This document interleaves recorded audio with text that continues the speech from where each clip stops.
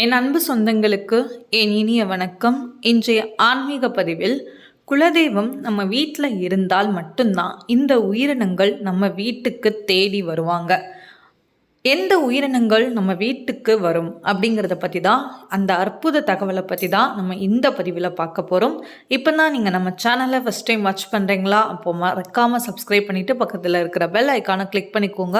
அப்போ தான் நான் போடுற வீடியோஸ் எல்லாமே உங்களுக்கு நோட்டிஃபிகேஷன் வரும். இப்போ வீடியோக்குள்ளே போகலாம் வாங்க ஃப்ரெண்ட்ஸ். குலதெய்வம் ஒரு வீட்டிற்கு எந்த அளவுக்கு முக்கியம் அப்படிங்கிறது நம்மளுடைய வீட்டு நிலைமையை வைத்தே நம்ம கண்டுபிடித்திடலாம். குலதெய்வம் அப்படிங்கிறவங்க தான் நம்ம குலத்தையே காக்கக்கூடிய தெய்வம், நம்ம 7 தலைமுறைகளையும் காக்கக்கூடிய தெய்வம், நம்மளுடைய தலைமுறை சந்ததியினரை காக்கக்கூடிய தெய்வம். அப்படிப்பட்ட அந்த குலதெய்வ வழிபாடு நம்ம என்றைக்குமே நம்ம வாழ்க்கையில் மறந்து விடக்கூடாது. எதை மறந்தாலும் குலதெய்வ வழிபாடை நம்ம மறந்து விடக்கூடாது. அதனால தான் வருஷத்துக்கு ஒரு முறையாவது குலதெய்வ கோவிலுக்கு சென்று குடும்பத்தோடு சென்று நம்ம வழிபாட்டு வரும்போது கண்டிப்பாக நம்ம வீட்டில் இருக்கிற அனைத்து தடைப்பட்ட காரியங்களும் நீங்கி நம்மளுடைய வீட்டில் எல்லா நல்லதும் நடக்க ஆரம்பிக்கும்.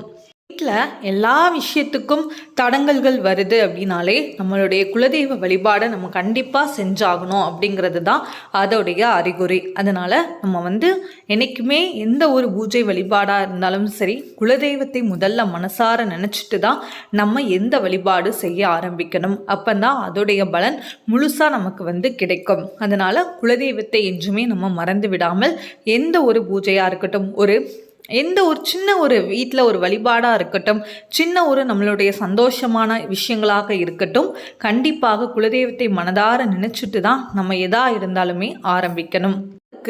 ஒரு குடும்பத்துக்கு ஒரு குலத்துக்கே முக்கியத்துவம் வாய்ந்தது தான் இந்த குலதெய்வ வழிபாடு. சரிங்க, இனி குலதெய்வ வீட்டில் இருந்தால் மட்டும்தான் இந்த உயிரினங்கள் நம்ம வீட்டுக்கே வருவாங்க. சரி, என்ன அப்படிங்கிறத பார்க்கலாம். முதல்ல காகம். நம்ம வீட்டை சுற்றி அடிக்கடி வந்துட்டு இருந்தாலும் சரி, காகம் உணவுக்காக வந்தாலும் சரி, கண்டிப்பாக குலதெய்வம் நம்மோடு இருக்காங்கன்னு அர்த்தம். எந்த வீட்டில் காகம் அடிக்கடி வருகிறதோ கண்டிப்பாக அந்த இடத்துல தெய்வ சக்திகள், நேர்மறை சக்திகள் அதிகமாக இருக்குதுன்னு அர்த்தம். ஸோ அதனால தான் காகம் அடிக்கடி நம்ம வீட்டை சுற்றி கரைஞ்சிக்கிட்டே இருக்கும். அதனால் நீங்கள் என்ன பண்ணணும், அந்த டைமில் காகத்திற்கு உங்களால் முடிந்த உணவை நீங்கள் வைக்கும்போது கண்டிப்பாக உங்களுடைய குலதெய்வத்துடைய மனம் மகிழ்ந்து நிச்சயமாக உங்களுடைய தோஷங்கள் அனைத்தும் விலகும். அதனால் எப்போவுமே காகம் உங்கள் வீட்டில் வந்தாச்சு அப்படின்னாலே கண்டிப்பாக அந்த இடத்துல தெய்வ சக்தியும் நேர்மறை எண்ணங்களும் தான் அதிகமாக இருக்குன்னு அர்த்தம். அதாவது ஒரு வீட்டில் பள்ளி அதிகமாக இருக்குது, பள்ளி எப்போவுமே சத்தம் போட்டுக்கிட்டே இருக்குது அப்படின்னாலே அந்த இடத்துலையும் தெய்வங்கள் அதிகமாக இருக்குதுன்னு அர்த்தம். ஸோ கண்டிப்பாக நம்மளுடைய குலதெய்வம் நம்ம கூட தான் இருக்காங்கங்கிறத நம்ம புரிஞ்சுக்கலாம்.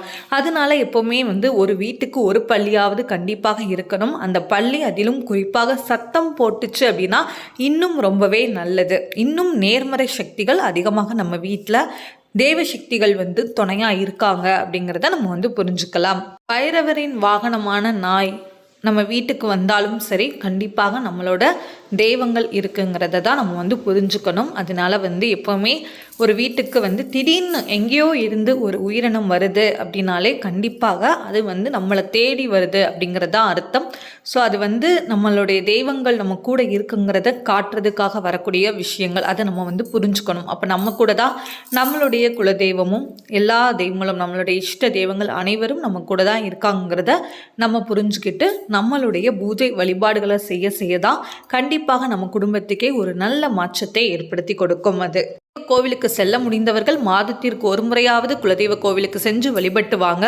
குலதெய்வ கோவிலுக்கு செல்ல முடியாதவர்கள் வீட்டில் இருந்தபடியே குலதெய்வத்தை மனதார நினைத்து வெள்ளிக்கிழமைகளில் நீங்கள் வழிபாட்டுட்டு வாங்க. கண்டிப்பாக உங்களுடைய வீட்டில் இருக்கிற எல்லா கெட்ட தரித்திரங்களும் நீங்கி, கெட்ட விஷயங்கள் அனைத்தும் நீங்கி, மங்களகரமான எல்லா விஷயங்களும் நடக்க ஆரம்பிக்கும். அதனால் குலதெய்வ வழிபாடுங்கிறது ரொம்பவே முக்கியம். அதை நீங்கள் புரிஞ்சுக்கிட்டு நீங்கள் பூஜை வழிபாடுகள் செய்ய ஆரம்பிக்கணும். வீடியோ பிடிச்சிருந்தா ப்ளீஸ் லைக் பண்ணுங்கள், ஷேர் பண்ணுங்கள், கமெண்ட் பண்ணுங்கள். மறக்காமல் நம்ம சேனலை சப்ஸ்கிரைப் பண்ணிக்கோங்க.